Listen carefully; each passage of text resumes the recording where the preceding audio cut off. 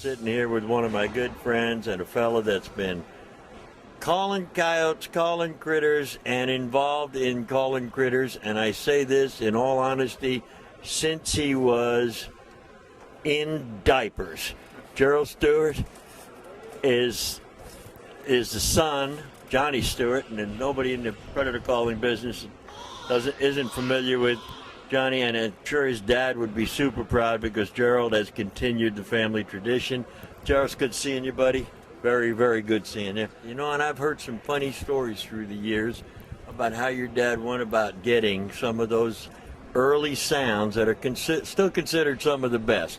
You want to share a little bit of the days when you were driving along in a old Ford pickup scooping rabbits? Well, I had an interesting childhood, to say the least. And one of those activities that I got involved with, Dad, down in South Texas, in between the school years, we would go down in 64, 65, 67, somewhere in that range.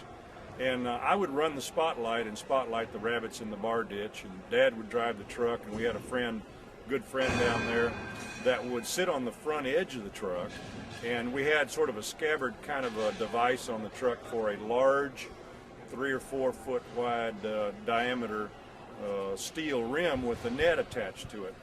And when you spotlighted those rabbits and they froze in the grass, you could literally walk within a few feet of them and throw that net over them. And we would catch quite a few rabbits every night and then audition them for recording purposes. You say audition. What was your dad trying to get? What made a star rabbit and what made a dud? Well, we were looking for the performers.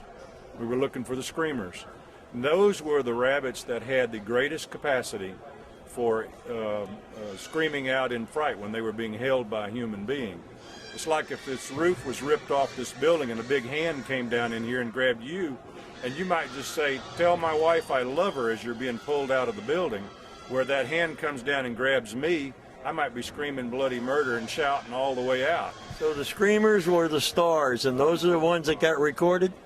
I'll never forget one night standing on the side of the highway and having a vehicle drive by at 3 o'clock in the morning with 2 adults and a little boy standing there with a rabbit in one hand and a microphone in the other, looking at the headlights as they go by. So, well, those recordings to this very day are still considered some of the best rabbit sounds out there. I have in my collection a bunch of old crusty yellow tapes that I would never turn loose of. They're getting wore out. I'm really glad that you guys have digitized them. Your name is a big part of this industry. You are a big part of this industry. Having you around